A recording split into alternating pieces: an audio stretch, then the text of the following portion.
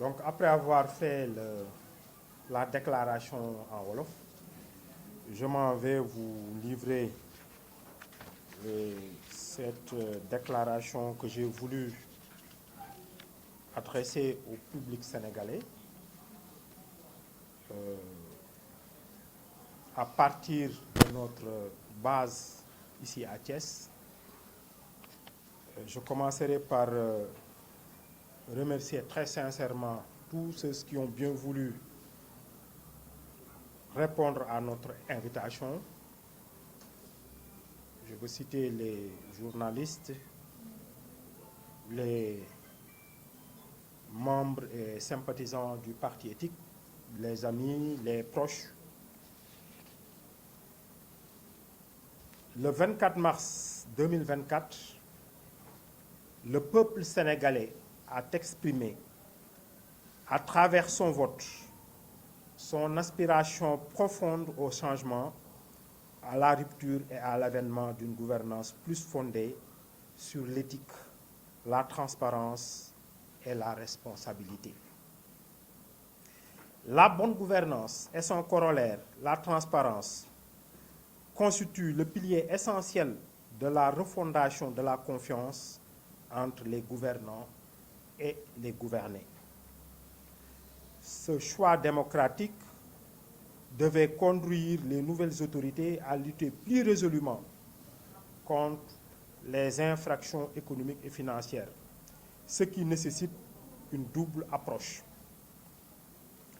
Dans une publication faite le 21 février 2025 à la sortie du rapport de la Cour des comptes du Sénégal, je soulignais d'une part la nécessité d'adopter des mesures répressives fortes, notamment en criminalisant les infractions économiques et financières, mais d'autre part, je demandais de privilégier les mesures préventives en mettant en place des garde-fous qui empêchent le détournement des deniers publics. Il faut bien en effet traiter les causes pour éviter que le mal ne se reproduise.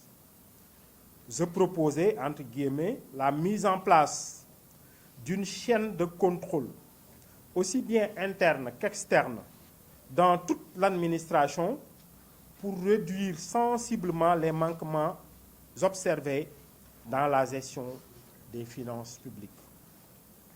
Une prévention efficace reposant aussi sur une bonne éducation citoyenne et une information permanente des populations pour qu'elles puissent exercer convenablement leur contrôle citoyen. J'y appelais aussi à une vigilance citoyenne et l'engagement des acteurs de la société civile et des médias, lesquels doivent jouer un rôle de veille et d'alerte permanent dans l'évaluation des politiques publiques et l'utilisation des fonds publics en exerçant un contrôle constant pour garantir le respect des principes de bonne gouvernance. Dans ce cadre, une presse libre, une société civile engagée et une participation citoyenne plus active sont essentielles pour garantir la bonne gouvernance des finances publiques. J'affirmais dans cette même publication que ce contrôle citoyen ne pourra être exercé efficacement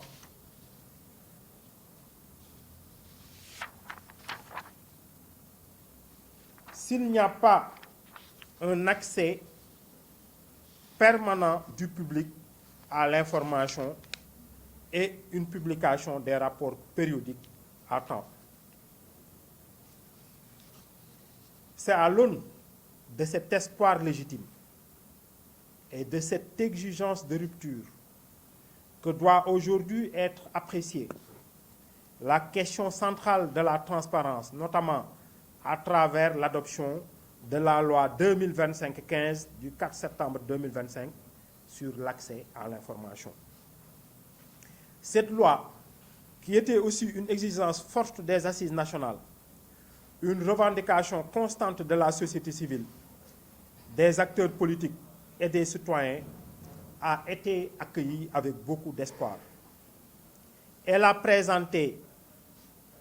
été présentée par le gouvernement comme une avancée majeure dans la démocratie.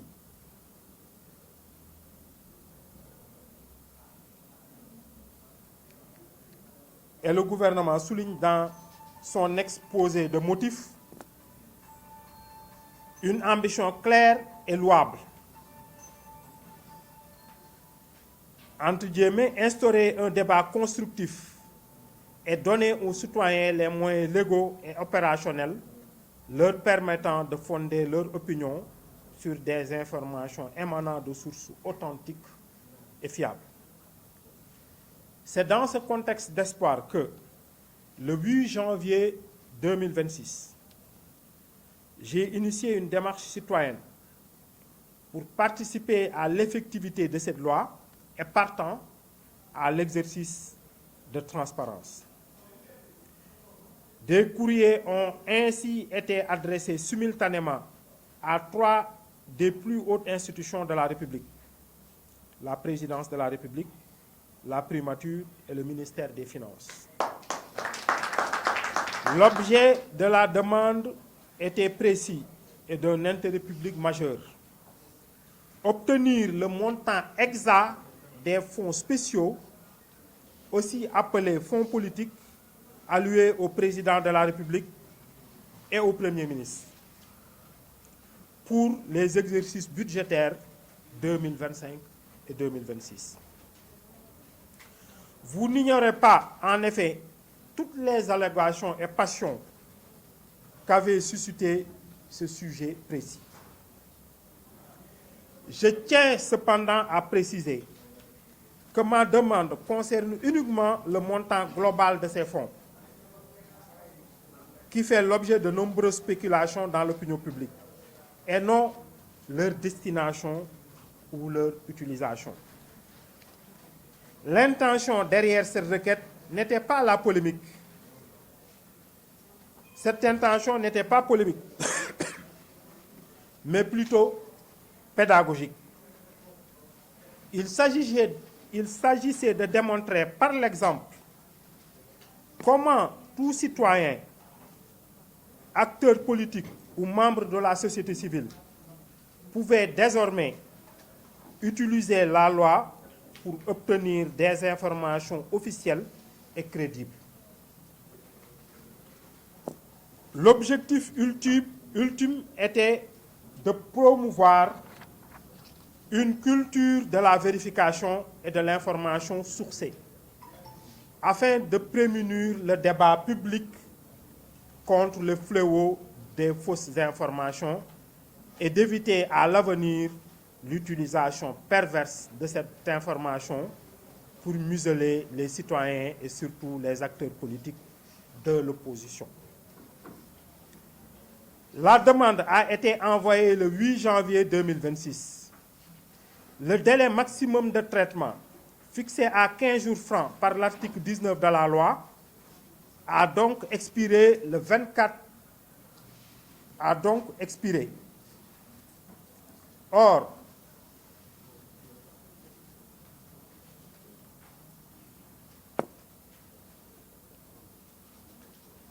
au 28 janvier 2026, soit après l'échéance légale, aucune des 3 institutions sollicitées, ni le président de la République, ni le Premier ministre, ni le ministre des Finances, n'a daigné fournir de réponse, ni même pour communiquer l'information, ni pour justifier un éventuel refus.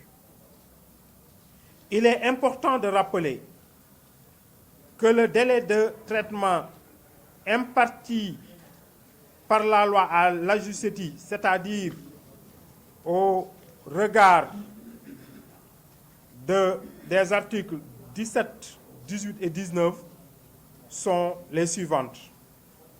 L'article 17 précise que la réponse à une demande d'information doit en principe être immédiate.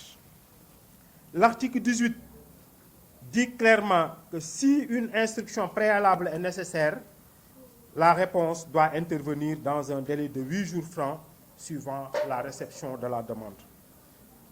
L'article 19 dit de manière impérative que dans tous les cas, le délai de traitement de la demande ne peut excéder 15 jours francs à compter de la date de réception. Ces dispositions constituent des obligations légales contraignantes pour les assujettis. Elles constituent le cœur du droit d'accès à l'information, transformant une simple faculté en un droit opposable par le citoyen. Ce silence des autorités constitue une violation caractérisée et délibérée de la loi. Le fait que cette violation émane des plus hautes autorités de l'État, celles-là même qui ont initié et promulgué cette loi, est, selon moi, d'une gravité extrême. Cela témoigne d'une absence totale de rupture avec les pratiques anciennes d'opacité et de mépris du droit. Le gouvernement se place ainsi en position de premier contrevenant à une règle qu'il a lui-même édictée, sapant ainsi sa propre crédibilité et l'autorité de la loi. L'autre dimension cruciale de cette affaire réside dans le lien direct entre la rétention d'informations par l'État et la prolifération de la désinformation.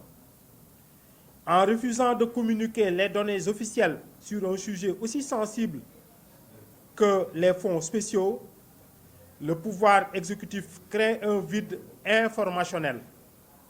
Ce vide est inévitablement comblé par des rumeurs, des spéculations, des estimations non vérifiées et potentiellement des informations délibérément fausses. On assiste alors à un paradoxe pervers. L'État poursuit et fait condamner des individus pour diffusion de fausses nouvelles, tout en étant le principal responsable de l'incertitude qui nourrit ce phénomène.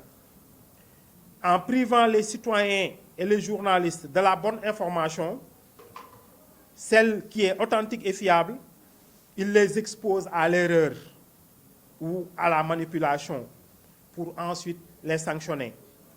Cette situation est tout simplement inacceptable. La lutte contre la désinformation ne peut être crédible que si l'État est lui-même un modèle de transparence. Le meilleur antidote à la fausse nouvelle est l'accès libre et rapide à la bonne information. Face à cette faillite des plus hautes autorités de l'État, je pose la question suivante. Si le droit d'accès à l'information n'est pas respecté par les autorités publiques, serait-il juste de condamner des citoyens pour diffusion prétendue de fausses nouvelles?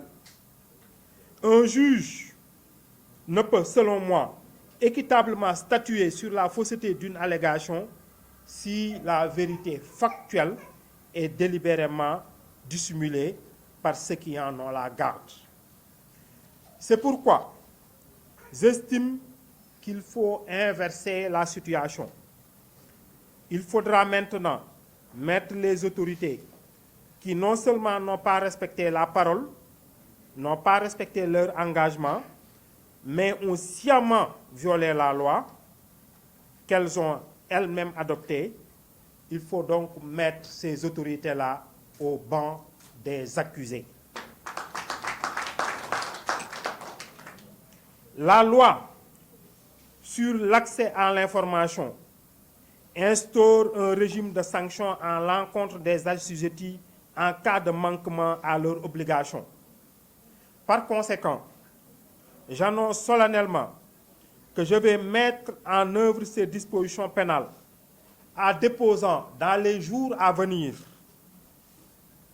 des plaintes contre le Premier ministre et le ministre des Finances et du Budget pour refus d'accès à l'information prévue et punie par l'article 30 de cette loi. Il va sans dire que je n'ai pas visé le président de la République parce que nous tous, nous savons qu'il jouit d'une immunité en cours d'exercice de son mandat. Mais sa responsabilité morale, j'estime que cette responsabilité est encore plus grave. Cette responsabilité, en tant que gardien de la Constitution, en tant que garant du fonctionnement régulier des institutions, cette responsabilité-là est engagée.